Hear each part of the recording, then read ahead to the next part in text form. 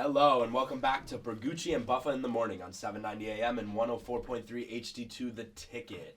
Today we're going to be discussing a lot of different sports topics. If you want to get involved, all you have to do is call us at 976-679-8830.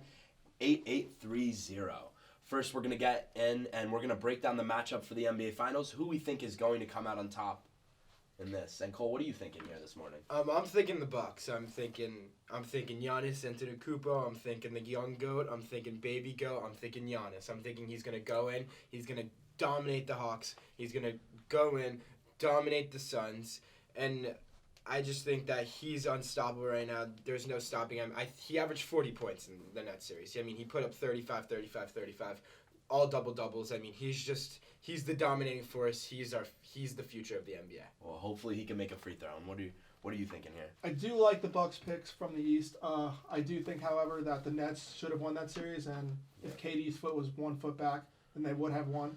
So we'll give the Nets that one, even though they should have lost it. But from the West, I do think it will be Phoenix. They have won 8 straight, and it looks like they are unstoppable right now. They looked great even without Chris Paul. Campaign was a great fill-in for him.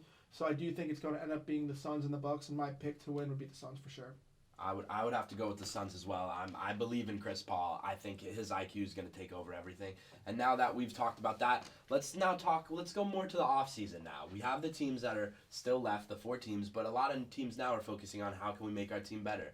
So what are you thinking for possible offseason trades? I do think Damian Lillard should get moved, and a spot I'd like to see him go to is Dallas. There's a lot of turmoil in Dallas right now. They don't have their coach anymore. They don't have their president of operations. So I do think if they brought in Dame, he would kind of bring a little clear to their situation, and pairing him with Luka would be a great situation for that team, even though they would have to get rid of Kristaps, but I think Dame and Luka would be 2 of the most unstoppable players in the league. That would be very unstoppable. Cole, I agree with that. I think Dame and Luka would be a nuts combination. But I'm gonna take it over to South Beach, and I think I'm gonna go reunite Jimmy with Embiid. And I think they trade Bam for Embiid in a couple first. Get Embiid over there, get him there, get Jimmy and Bam back, reunite the duo, and get the championship to South Beach. All right, and it seems like we have a caller coming in. We have Brent Goldman from Pembroke Pines. Hey, yeah, sure, that's me, guys. I just want to say I'm a huge fan of the show, religious Thank you, listener. man. Thank you, man. I just absolutely love the show. I was just listening to Cole's pick. I heard him say that Joel Embiid is going to be the target for Philadelphia. I would like for Cole, if you wouldn't mind, just to explain on that and why you think it's going to be Embiid going and not the aforementioned Ben Simmons.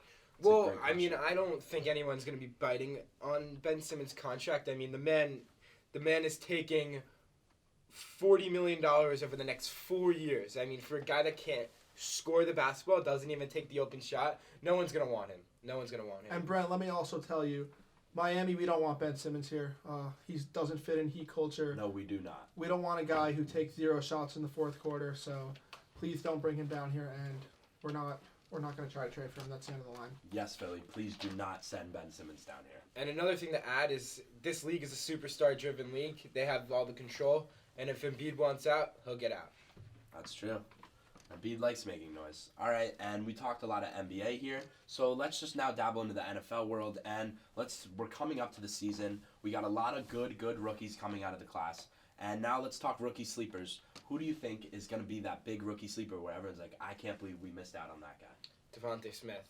I mean, him being the 3rd wide receiver taken, him being the Heisman, and still being the 3rd wide receiver taken, it baffles me. I mean, that guy's speed, I understand his size is a big concern, but that speed, those hands, you don't find that off the shoot. Like, you don't find that anywhere. Like, that's a once-in-a-generational type player. He'll be the most dominant wide receiver in this draft. I do like Devontae Smith also. As a Dolphins fan, I wish they would have picked him over Waddle, but my pick is not really a guy who's slept on, but I do think he's underrated, and that would be Zach Wilson.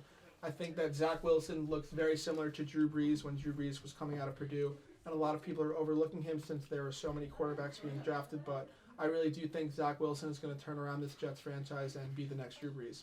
I could agree with that one. I'm going to have to go with Pat Surtain. Pat Surtain was supposed to be the first corner drafted in this draft.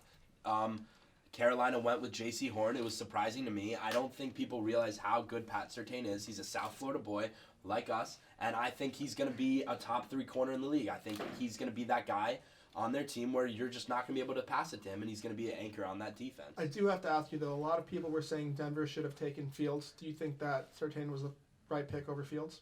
I think if Denver wants to stick it out another year with Drew Lock, they have a good backup in Teddy Bridgewater. If Drew Lock doesn't work out, that defense is good enough. I think getting another franchise cornerstone guy like Pat Surtain here, the safe pick, is really the right way to go. And they know what John Elway knows what he's doing up there. All right, and that's all we have today for Bergucci and Buffa in the morning. Thank you for listening, and tune in tomorrow morning. Thank you.